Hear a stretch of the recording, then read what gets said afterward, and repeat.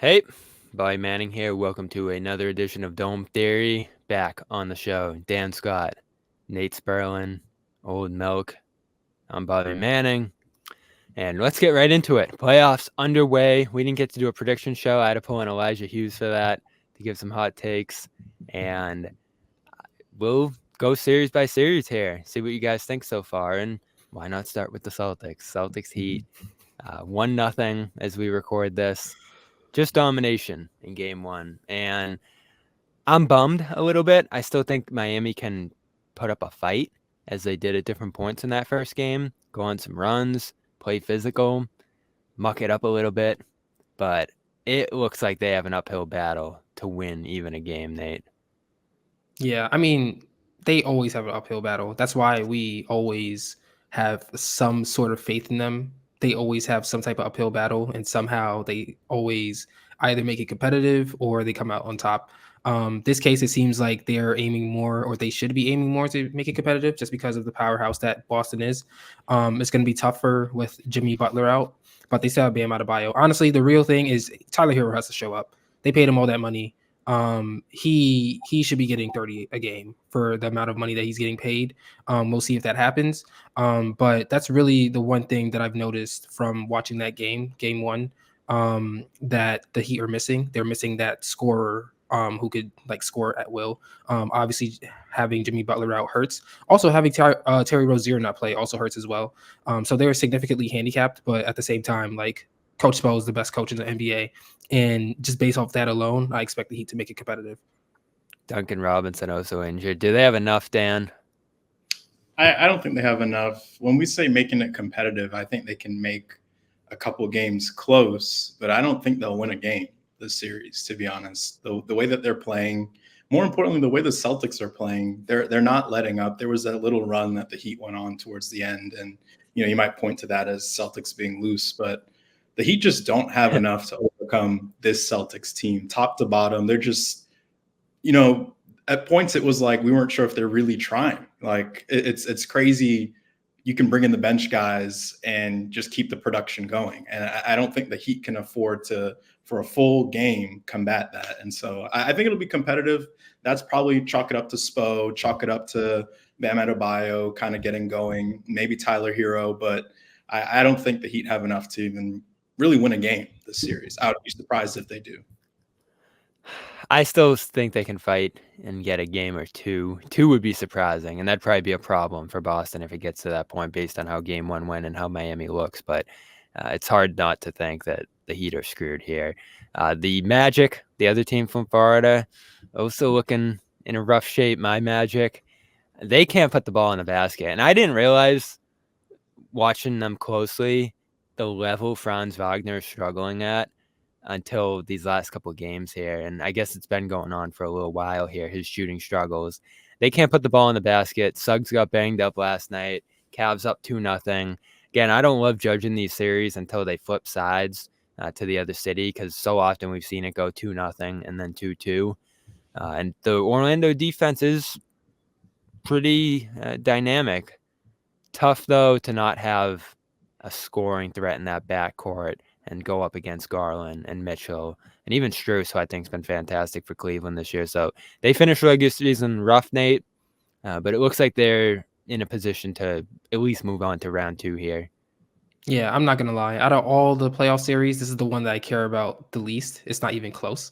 I gotta be NBA honest. TV series. I just don't care about the Magic. I'm sorry. Like I really just don't. The Cleveland Cavaliers are interesting because there are rumblings about the Donovan Mitchell leaving. The chemistry between him and Darius Garland isn't as seamless as we would like it to be. Mobley hasn't taken that next step offensively that people expected him to. Jared Allen is still really good. Like you said, Max Strus also, he plays his role well. But besides that, like just looking at the roster top to bottom, like I don't think anyone's expecting them to make it to the Eastern Conference Finals or like compete against Boston or anything like that. I don't think anyone's expecting that out of both teams. So it's really like a participation medal series. Especially when they're going against the Celtics potentially round two there, which, they've given the Celtics some trouble here and there.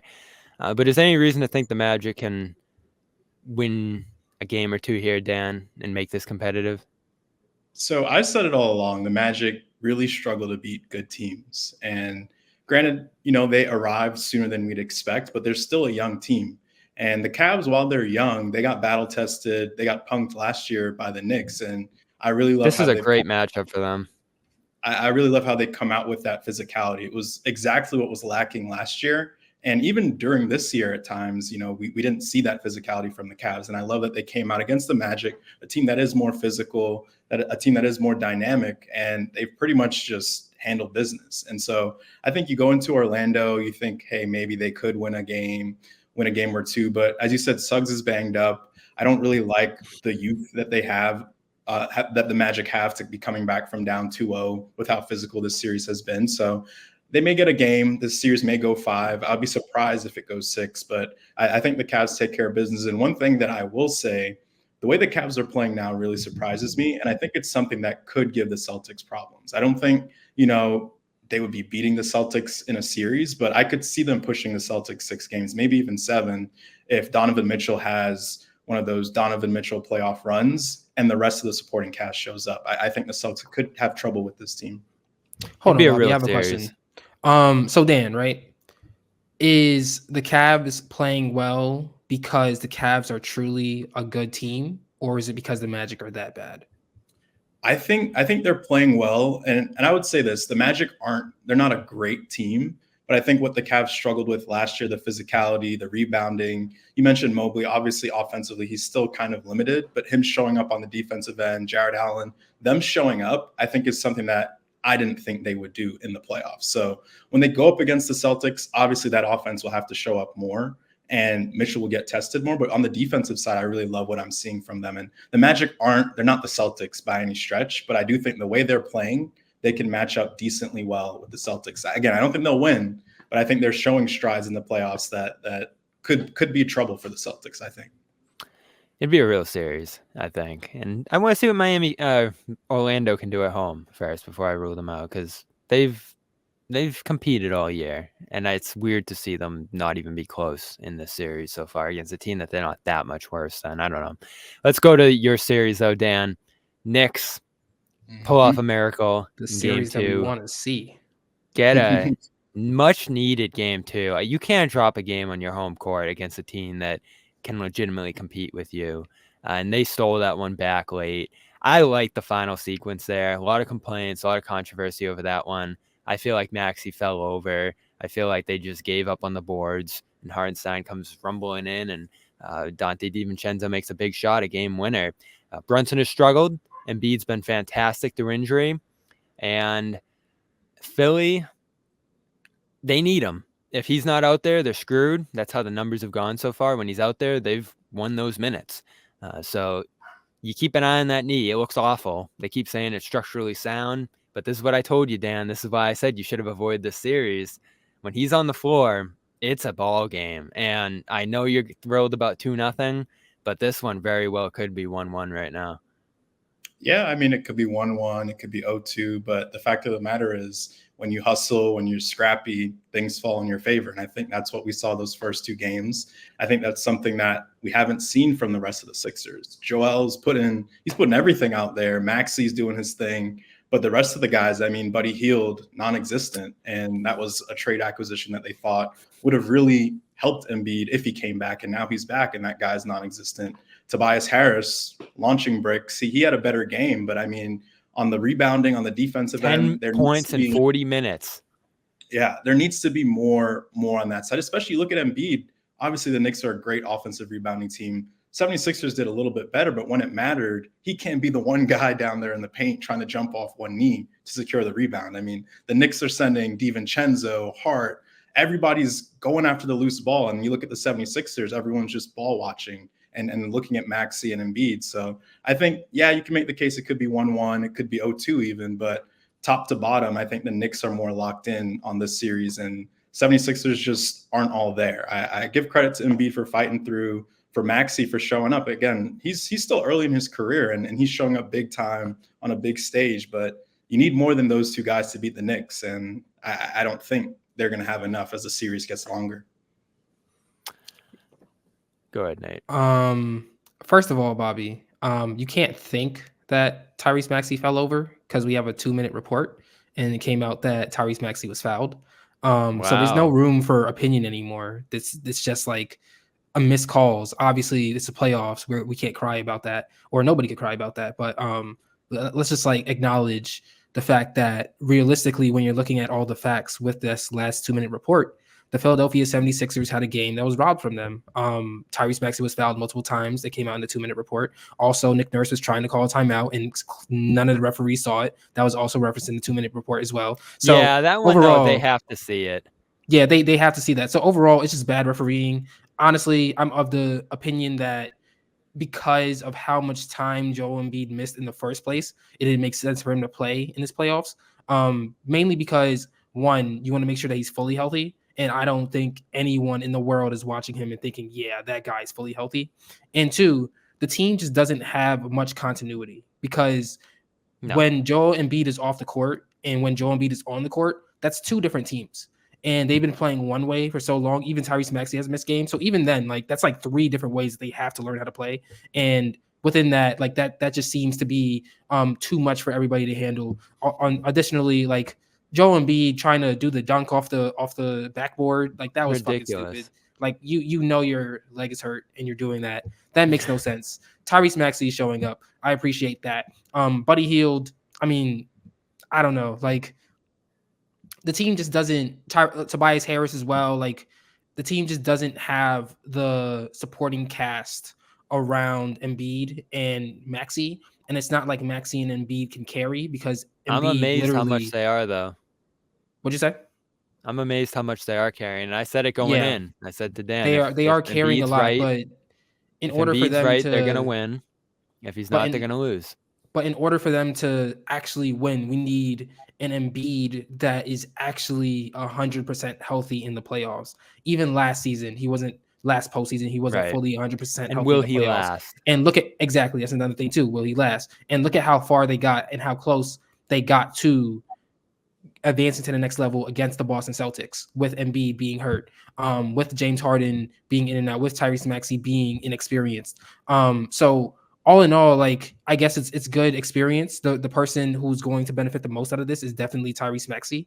The confidence I expect that he's building from this series is going to just like carry on through the rest of his career. And I'm excited to see that. But as far as the rest of the 76ers and the 76ers hopes in general, it all is dependent on Joel Embiid's knees. And one knee clearly isn't working. And if that's not working, the 76ers aren't going anywhere. Yeah, and I will say I'll credit the 76ers for how they've had coverage against Jalen Brunson. They've really affected his shot. I feel like Nick Nurse, it's like his MO to disrupt the number Oubre one too. teams. And although they're not showing up in the stat sheet, they're definitely affecting him. I think the question I have, Embiid, let's say he keeps up. Again, he's on one knee, but he's dropping 30 points, 10 rebounds, getting his assists. Maxey's averaging 34. So if they keep that up, they can be in any of these games. They could have won game one, game two. So I get what you're saying. Embiid needs to be 100%, but realistically, he hasn't been, and they could have won those first two games. I think it comes down to the Knicks hustle. And also what's keeping it close is the defense that they're playing on Brunson. Now, can that last? That's the question for me. I don't know, at every level, Brunson's proven to be a winner. When the Mavs played the Clippers, they ran similar coverage against Brunson and were able to neutralize him. But you have to think at some point Brunson's going to figure it out. And we're already up 2-0. So it's just like the odds aren't in their favor, the Sixers. And, credit to them, credit to Nick Nurse. But I just don't think they have enough. And hey, let's not forget we're without Julius Randle. I'm a big Julius Randle hater, but I think especially in this series, it would have been nice to have another guy. I think he's a loss. And who can be physical. And I think if we had him in this series, it really wouldn't be close. And I really disagree. shocked to say I that. think Shocked to say I that, think but if you have him in this series, you have a guy who's gonna shoot 30 shots and make like 9, and that's gonna just sink the whole thing. And additionally, because he's been out for so long, then the Knicks have the same problem that the 76ers do in terms of lacking continuity and having to learn how to play with a big piece on their roster now being back in the fold again. So I think that Julius Randle, for better or for worse, like he's a good player. Is he a great player? That's kind of iffy. And the Knicks need great players. They need Jalen Brunson to be great. For what it's worth, I don't think Jalen Brunson has played necessarily terrible. I think that he has just been missing shots, and it happens to a lot of players. It happens like literally pick any point in the season, and we could tell you a player who has just missed shots. Like they've done everything right, but have just missed shots. So I think with Jalen Brunson struggling the way that he has been struggling, I think the Knicks need to, first of all, finish off the 76ers. Don't give them any hope. And then when you're looking at the next round and you're looking at who potentially could guard Jalen Brunson in the next round, whether it's Tyrese Halliburton or whether it's Damian Lillard or one of the guards on the Pacers or the Bucks. Personally, I think the Bucks are going to win. We're going to get to that soon. I think that Jalen Brunson is going to have a better series in round 2. Yep. Yeah, This feels like 7 games to me. The 76ers Knicks? It Yeah. will not go 7 games. I can tell you that. Maybe not because the Knicks stole a game. That might bring it to 6. But I just don't see them going down easily. They haven't so far. And if Embiid's out, that changes things. But while he's still in there battling, they're going to win a game or 2 or 3 here, potentially. So we'll see where that goes. I want to do Bucks Pacers quick because they're playing tonight. The only thing I can say about it is that the first game surprised me. I thought the Pacers would show better than that. And Lillard went absolutely volcanic in the first half, and that knocks you down. They pulled within 10 or something late, the Pacers did. So I still have them in this series, especially if Giannis can't get out there. But, man, to pick them and then see that game one didn't feel good. Yeah, I mean Damian Lillard is one of the best playoff performers we have in this league. That's just the end of the story. He's shown up constantly. He's taken Trailblazers teams who have no business being in the second round to Western Conference Finals. And because of that, like Damian Lillard is the best player on the court, period, in the series. He's the best player on the court. And typically a lot of people think that the team with the best player on the court typically is going to win, and that is the Bucks in this scenario. Additionally, it might be a little freeing for Damian Lillard to just be able to go out there and play basketball and not worry about having to share the ball with Giannis. They still need to work out that chemistry. The whole season has just been turmoil. And then you hear things about Damian Lillard and his struggles with his personal life right now. So I think I can guarantee to you that there's nowhere that he'd rather be but on the court. And I think that showed in game 1. I think it's going to continue to show. The Pacers did make it more of a competitive game towards the end. But at the end of the day, like they're an inexperienced team.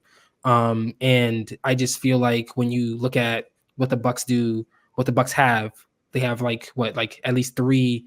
They have many champions on their team, but in terms of like people who matter, like you have Bobby Portis, you have Brook Lopez, you have Chris Middleton. Like they have a whole bunch of people who have been here before who know how to win playoff series. And then you have Damian Lillard, who is arguably one of the best players in the league, arguably one of the best scorers in the league, who literally gets to dominate the ball whenever he wants, and he gets to shoot it whenever he wants. And that proves to be a winning formula most times. So because of that, like I didn't understand why everybody was overrating the Pacers. Well, not overrating the Pacers. Let me say underrating the Bucks. I understand Giannis is MVP, former MVP, former Finals MVP, former champion. I understand all that, but let's not disrespect Damian Lillard and the immense offensive scoring talent that he is. Like one of the best scorers we've ever seen. Period. Yeah, I was shocked to see coming into this series people thinking, the Bucks really didn't have a chance without Giannis, or they're going to have to battle and claw, and maybe they could pull it off. I mean, it's Damian Lillard. He's brought much worse teams much further against tougher teams. I mean, the Pacers can score, but as we know, they don't play a lick of defense, and that's the perfect team for Damian Lillard to go against, especially at this age. It's a problem. And I just feel like I was shocked to see all of the Pacers are going to like run them all over the court and Dame's going to be exposed, this and that. I'm just like, it's Damian Lillard. If there's one thing that he can do is carry your mediocre teams in the playoffs. And the Bucks, as it is, they're not necessarily a mediocre team. They've underachieved. But as Nate said, they still got champions on that roster. They know how to win. They know how to win playoff games. So, I mean, it could be a long series, but I wouldn't be surprised if it's not. And I think the Pacers really got to figure some things out. But it's the defense that's their problem, and that's been their problem the whole season. They're not going to just suddenly become a good defensive team. They're not going to be able to suddenly just be able to slow teams down, slow themselves down. They're going to play their basketball, and unfortunately, against the Bucks, I don't think that basketball is going to work. I agree. We'll see how game 2 goes out there. Testing my skills on Prize Picks this season is the most exciting way to play daily fantasy sports. If you have the skills, you can turn $10 into $1,000 with just a few taps. Use the code CLNS for the first deposit match up to $100. Pick more, pick less. It's that easy.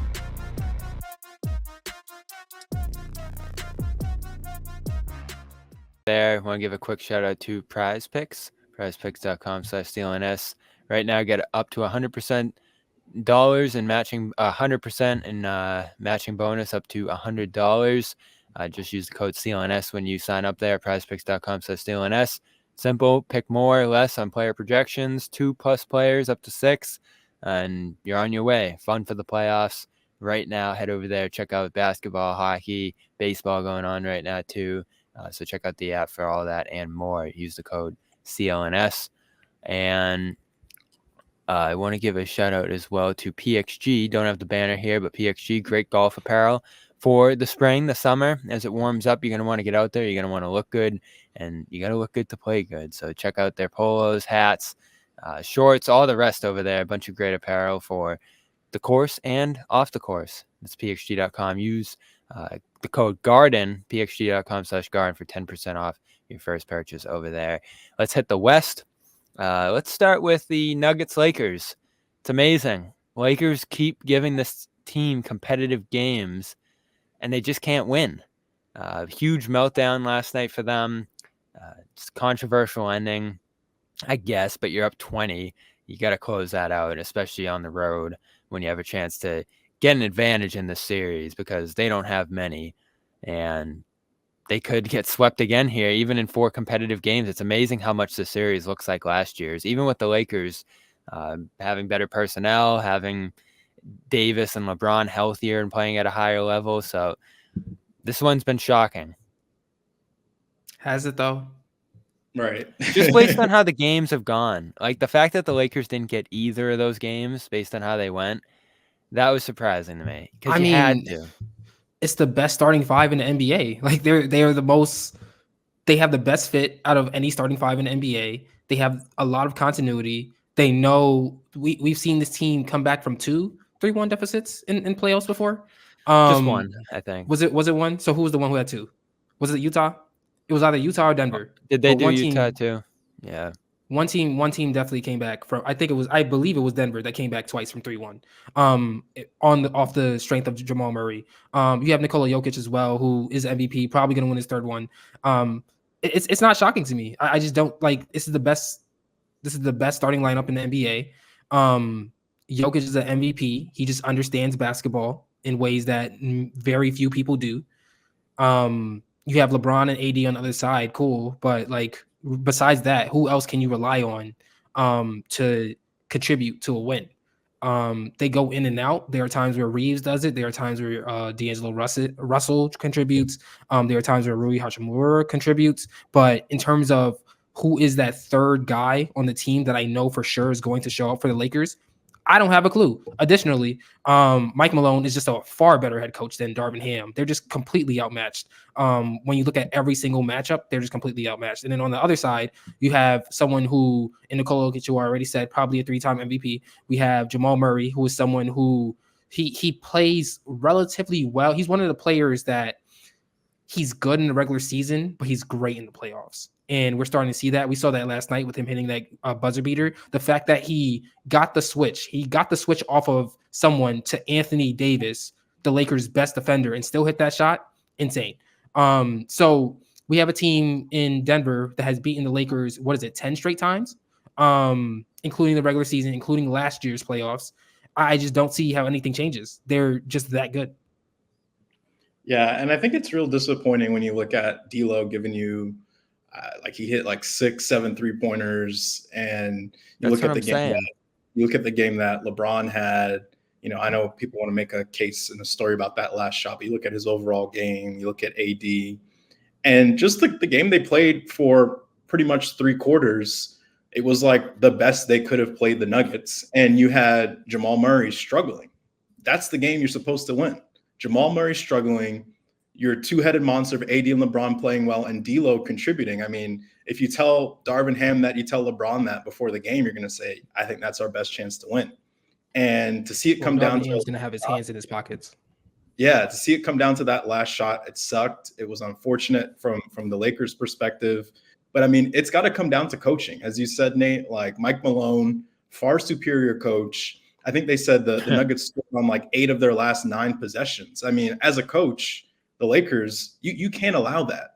And not only not allow that, but the possessions that you have offensively are just all over the place. You're calling timeouts just to run ISO ball. You're calling timeouts into turnovers. I mean, as a coach, that's on you. I know the players got to show up and they got to hit shots, but there were a lot of tough shots that they were getting leading into easy shots for the Nuggets. And I'm like, you're playing a championship team. You're not going to beat a championship team like this. And I think it comes down to coaching. I know guys like Austin Reeves didn't show up as much as we would have liked, but it comes down to coaching at the end of the day. And I think that's why I wouldn't be surprised if the Lakers get swept. And we're not going to necessarily have another bad start to a game by Jamal Murray again. And we know that the Lakers are capable of losing and getting swept by this team. So it simply wouldn't surprise me. I think they will steal one, but I don't think it'll matter. I think we're going to get a gentleman. Say, you have a lot of sweeps. I think we're going to get a gentleman's sweep, and it'll come back to Denver for that last game, and they'll close it out there. But I don't see them. I think that's most realistic. Yeah. We got Thunder Pelicans too. I know that ending of game 1 pissed you off, Dan, the way the Pelicans approached it there. They had that game in their hands if they wanted to take it late, and they completely squandered it. That's some bad coaching down the stretch there too in that game. And Shea hits a big and one. He had that huge floater, a tough one too, through the foul on the closing segment of that game. But it was good to see the Thunder show out, clinch a game 1. With all the doubts they had going into the playoffs, many people wondering if they're too young or not ready for this moment. But they won the 1 seed, and this is the advantage you get. That injured Pelicans team who came out of the play-in a little banged up. And I think they're going to win that series relatively quickly here with Zion out. But New Orleans isn't going to be easy. I don't think this one's a sweep either. This is like a 5, maybe 6 game series. Yeah, I definitely agree. I think that the defense of the Pelicans is really helping them hold on to things. And Trey Murphy's showing up, Herb Jones showing up. They're a good team. I think CJ McCollum, we'd like to see some more from him. I know that last shot I was a little upset at and that last sequence, but I think they're capable. They're definitely capable of winning some games. And I think when you look at the Thunder's inexperience, it's something that the Pelicans could and should be capitalizing on. I think the one thing that's really holding them back is Brandon Ingram. And I think you expected more offense from him, and he's kind of had his shots at here and there. But I mean, with Zion out, you got to get a lot of scoring from BI, and I think at times he just seems unplayable. And you can't have a guy like that as your number 2 option. Should be potentially number 1 option. You can't have a guy like that unplayable in the playoffs and expect to win. So I think if he can turn it around, we could see this being a 6-game series. But other than that, I think the Pelicans will fight, but the Thunder should. I think handled them pretty well. What do you got on this one, Nate? The Thunder, if I'm not mistaken, actually I'm looking at it right now, they only scored 94 points in the first game, and they won. That's probably a couple of things. That's, as Dan pointed out, the New Orleans Pelicans defense. A lot of it is also probably some nerves from the Oklahoma City Thunder. In other words, I don't see them playing this badly again. I think that this might be a sweep. You guys in the sweeps. I mean, let's be honest. Like, there's like only like not many really teams sweep anymore, Nate. But there's only like 2 to 3 playoff series in this first round that like we're like, oh, like what is actually going to happen? Like the rest of them seem pretty cut and dry, straightforward. But same. Dan says that the Pelicans have a potential advantage because OKC is inexperienced. I'm looking at this Pelicans team. They're pretty inexperienced too. I can't think of a Brandon Ingram moment. I can't think of a CJ McCollum moment in the playoffs. I can't think of a Jonas Valanciunas moment. I can't think of a Herb Jones moment. There's so many players on this team. And when you think about it and when you look at them on paper, they're supposed to be a lot better than what they are. A lot of it is that Zion gets hurt so often. But even then, like, I think this is just like a series that's youth on youth. And in that circumstance, the best team is going to win. The team that is the best in the conference by record is going to win this. And I just don't see Oklahoma City scoring under 110 points in any one of these other games. Ingram can be brutal too. Let's move on quickly. These two series are going on tonight. So just your broader thoughts on them and where you see them going. Start with Clippers Mavs. Looks like Kawhi's back after missing game one, but they win that one. Pretty surprisingly. A lot of love for Dallas coming into the series, including for myself. I had them squeaking that one out in 7. It's clearly a 7-game series to me, given what both these teams bring into it and some of the battles they've had in the past. But with Kawhi back in the mix, do they get the upper hand, Nate? 1000%. I mean, my only issue with game one is that Russ didn't play as much in the fourth quarter as he should have. because you're laughing, but like seriously, when you watch the Clippers, they're kind of lethargic without Russ on the floor. And when Russ is on the floor, it's a completely He's the most different important energy. player. Everyone plays so much more inspired and aggressive. And that's the Clippers team that is needed for them to ultimately, if they really, really want to win a championship. And I didn't really understand. I thought that the reason why towards the end of the fourth quarter, they started losing that lead was because Russ was off the floor. I just don't understand why Russ doesn't play more. Besides that, though, like you have James Harden who showed up in game one. Paul George was a little iffy. Zubac, I have not seen Zubac post up and score all year, all season. And he does it like 3 or 4 times in the series. Another thing too, I think that a lot of people are overrating the Mavericks. Everybody's talking about how they're 15-1 with the starting 5, but look at who they played. They played a cupcake schedule. So 15-1 is cool, but who are you playing against? It's not like they're playing the Nuggets one time, playing the Lakers the next day, they're playing the Pelicans the other day. They're playing like the Hornets and like the bottom of the league in this 16-game stretch where they're 15-1 with that starting lineup. Now that being said, like I believe in Luka Doncic. I think Luka Doncic is a great player. I think that Kyrie Irving is a great number 2 player, probably one of the best number 2 options of all time. When you think about his contributions as a number 2 option, but the Clippers just have too much firepower. Like they have Kawhi Leonard, they have Paul George, they have Russell Westbrook, James Harden, Zubac is really good. Terrence Mann is getting me a little annoyed. I'm not gonna lie. Amir Coffey also getting me a little annoyed. I'm not gonna lie. But even then, like if the Clippers have a struggle defensively, you put PJ Tucker in. If they have a struggle offensively, you put Norman Powell in. Like everything is just coming together so well. The only issue, again, Kawhi didn't play the last 8 games. Russ missed like 5 weeks, but like he still got back in time for them to be for there to be a little bit more continuity with the team. And that's really my only concern. Like Ty Lue, he's won a championship. He's one of the best coaches in the league as well. I just don't see why everybody's picking the Clippers. Not the Clippers. Everybody's picking the Mavericks over the Clippers. Like this is going to be some type of sweep. Like it should have been even. If anything, it should have been the Clippers up because the Clippers have proven guys. Not saying that the Mavericks don't have proven guys, but at the same time, like the Clippers just have more proven guys. Like they have more guys who have accomplished a lot in this league, and I think that is honestly kind of disrespectful that everybody's just looking at this 15-1 record that the Dallas Mavericks starting 5 have together, and everyone's like, oh, that's going to beat the Clippers. Like it's Kawhi Leonard, it's Paul George, it's James Harden, it's Russell Westbrook. It's for the most impactful players we've seen in the past 15 to 20 years. I don't understand it. I don't understand why people are picking the Mavericks.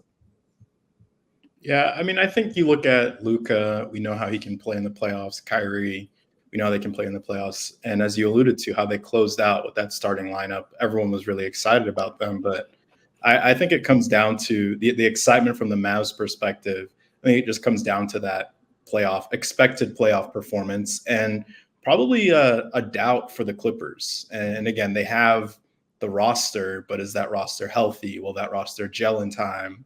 You have someone like Harden, who's known to have failures in the playoffs. And you have someone like Paul George, who he's had some up and downs, but we know the whole run with playoff P. So going against a guy like Kyrie, a proven champion, a guy like Luka, who we know can take subpar teams and go and beat much better teams, I think that was where we were seeing that doubt. And I think I agree with Bobby in saying that it'll be a long series, but we'll see how Kawhi plays coming back. And I personally think it'll be a long series, and I don't think the Mavs have enough to overcome the Clippers, but I'm excited that this will be at least a competitive one and not a sweep. We're not predicting a sweep. No, I'm not predicting. Let's see how Kawhi looks. It's huge that they're getting him back. Let's wrap it with the Wolves and Suns, who are underway as we discuss this, and you're stunned that everyone's picking the Clippers in that, or Mavs in that series, Nate. I'm stunned at how many people are picking the Suns over the Wolves here. And Wolves come out in game one and make a statement there. Edwards, huge game. The moment with KD they shared was maybe the best of the playoffs so awesome. far. They are a great team, and they have been all year. That could be an interesting second-round series between them and Denver if it comes to it. But the Suns just don't have a good team. They have 3 great players. Grayson Allen has shown out this year as the 4th piece there, and Nurkic will have a great game from time to time. But they are paper thin, and that Wolves team has layers of impact on both ends of the floor, and Towns back in the mix, which could go one of 2 ways. I didn't know how that was going to go, but it went okay in game one. I think the Wolves are just much better than the Suns. I think they get this one in 6. I disagree. I mean, you got the Suns? It never fails. Every playoffs, it never fails. Somehow, some way, Rudy Gobert is going to be unplayable. And when that happens, the other team is going to It didn't happen win. in game one. It never fails. It's going to happen. If it doesn't 37 happen this series, I promise you Michael Malone is going to figure out a way to make it happen the next series. I promise you. It's going to happen every single time. They're the Dallas Cowboys of the NBA. Whatever will go wrong, will go wrong. That being said, the Suns, it's iffy because if there's one team that could choke this all the way, choke the Rudy Gobert choking all the way, it's the Suns. I mean, Devin Booker, they should have been a playing team. The man was on a team that was down 50 in game 7. Kevin Durant, I mean, I have my critiques of Kevin Durant, but I love the fact that he in the moment when Anthony Edwards is talking trash to him, he can sense this is a moment in NBA history, and I love it. I love how you just see it all over his face. He's enjoying every second of it. I really appreciate that, the love of the game that we see from Kevin Durant on a daily basis, on a nightly basis. I really appreciate that. Bradley Beal, I mean, come on. Really, Bradley Beal. I mean, anyway, the defense, Frank Vogel also like he's a good defensive coach. It's weird. The coaching hire never made sense to me because you hired a defensive coach for an offensive team. Makes absolutely no sense to me. But all that being said, if there's one thing that I think is stronger than all of my doubts for the Suns, it's the fact that Rudy Gobert is unplayable in the playoffs and Karl-Anthony Towns is going to foul out. Those are the 2 things, and those are the 2 of the 3 best players on the Wolves. If those things happen, I don't see how the Wolves win. Anthony Edwards, one of the best players in the league. Nothing against him. Maybe they figure it out. Naz Reid, I like Naz Reid as well. But when it comes down to players that we have seen, McDaniels also good. But when it comes down to players that we have seen routinely over and over again fail to come up big or even regular season normal in the playoffs, it has been Rudy Gobert and Karl-Anthony Towns, and they're both on the same team, and Anthony Edwards has to rely on them.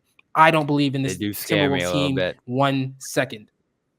Can they get through this round though, Dan? I don't know. I feel like it's that game was surprising, and I hear what Nate shouldn't have been surprising. They've been so good all year. No, I mean the Bulls have been. Good, Utah was good all year, and then look what happened to them. Utah, the Rudy Gobert Utah, yeah, them. This is a completely different team. It doesn't matter. It's the same guy. They lost because Utah lost because Rudy Gobert was unplayable because he could not guard the perimeter. It's the same guy who's older, so probably plays the perimeter less.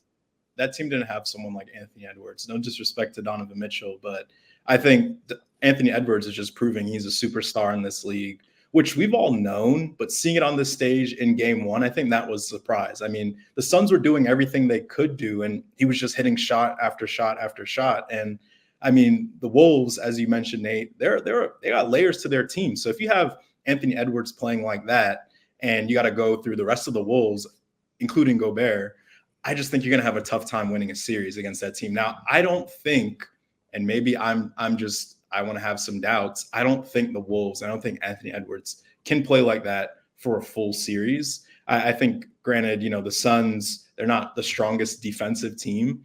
I just think the numbers he was putting up and how easily he was scoring, it's not something that I think he can maintain.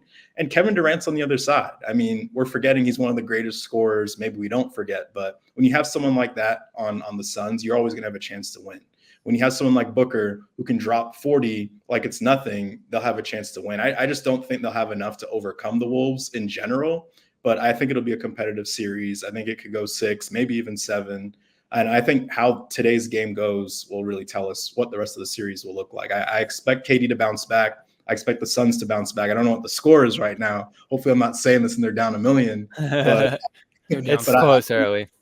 I think the Suns will bounce back today, and I wouldn't be surprised if they stole one, and can kind of make something out of this series. So we'll see, though.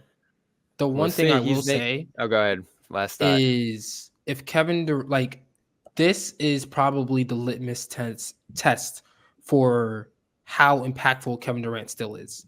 The whole Suns season seems to have been up and down whether or not Kevin Durant is Kevin Durant has been playing as consistent as he's been playing. Well, not really as consistent because like there are times where like him and Booker don't really mesh well together. But Kevin Durant, for the most part, has still been the Kevin Durant that we expect, at least in the regular season. But now is a time that we see how great this version of Kevin Durant truly is. And I expect him to come out, be the alpha of the team, be the alpha on the court, and win some playoff games single-handedly if he has to, because that's just how great he is and how we've been conditioned, the things that we've been conditioned to expect out of someone who is possibly, once again, another one of those greatest scorers of all time. Devin Booker also can catch fire whenever he wants to, but he's iffy. Like I just mentioned, he was a part of a team that was down 50 in a playoff game, in a game 7 at halftime. So that's iffy. Bradley Beal, I never really expected much out of him. I mean, he's been in Washington dropping 30 and then he gets to a winning situation and nobody really knows that he exists anymore. But overall, I think that the one thing that this is going to determine is how impactful Kevin Durant is in 2024. He's Nate Sperlin. He's Dan Scott. Thank you both for being here. Check out Nate's podcast, The Cap, over on his Old Milk Network channel. I'm Bobby Manning. This has been Dome Theory. Subscribe wherever you get your podcast, Spotify, Stitcher, iTunes, all the rest. And subscribe here, CLNS Media, Celtics All Access. We'll post game after Heat Celtics Game 2 on Wednesday and coverage throughout the playoffs. Thanks, guys.